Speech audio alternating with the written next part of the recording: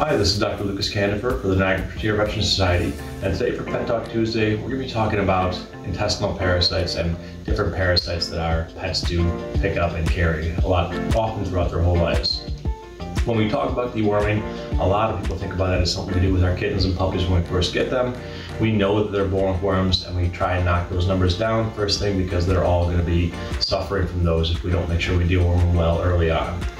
The problem with that is that they all end up getting those worms because they get it passed down from their mothers. So when we talk about it, all pets will have them in their body their entire lives, and when the mother's immunocompromised, when they're pregnant, that's how they spread them. They come back out when that happens. So all pets have potential to start producing these worms at any time in their life. The thing that we run into a lot of times is people don't continue on deworming medication. They think, I'll look at the pet stool, I don't see any worms, so it's not a problem. The biggest issue is that almost all the worms that we're trying to manage, they produce microscopic eggs. So you won't see any signs of that. Outside of sometimes you'll see GI problems with your pets, sometimes not, they just shed them. And the biggest issue is some are contagious to people. Roundworms are one that we deal with really often, and that is something that children are unfortunately the biggest people that run into this problem. And cats will defecate in a litter box or in a sandbox, and kids can pick them up from that, and just using poor hygiene. Outside of that, we do see hookworms, again, as an issue where your dog may use the backyard, as they typically do, and when you or your kids are walking around with their bare feet, you can pick those up right through your skin. So using good deworming can really make a big difference. The last one we want to talk about is heartworm disease.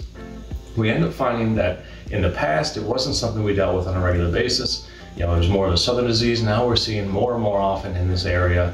We're having a lot of pets that are dealing with this. And it is carried by mosquitoes. We used to see in the area maybe 3 to 5 per year. Now we're seeing about 3 to 5 per clinic. And that number is only going up. So it is very difficult to treat, very expensive to treat. And just like the name sounds, heartworms are worms that live in the heart, and that can have devastating effects when it goes wrong. So when we're looking at it, that prevention is really, really important to keep your pets safe. And a lot of people say, my dog just goes in and out to go to the bathroom and that's about it. In the end, it doesn't take very long for a mosquito bite, and one bite can be the one that gets them that disease. So making sure we use a good prevention, talk to your veterinarian. There's often combination medications that take care of intestinal parasites and heartworm disease, and managing heartworms all together. So we can do a lot with just one once a month pill. And definitely the CDC recommends keeping your pet on deworming medication for life once a month to make sure that everyone stays safe and your pet stays safe. So take care. This is Dr. Lucas Candifer, Niagara Veterinary Society. Oh, I know. so cute. There you go. Easy ways to, to not have problems with worms. Yes, so thank you, Dr. Lucas. We appreciate you. Yes, and of course, Pet Talk Tuesdays, all thanks to Clyde's Feed and Animal Centres, where Stevie likes to shop. Yeah.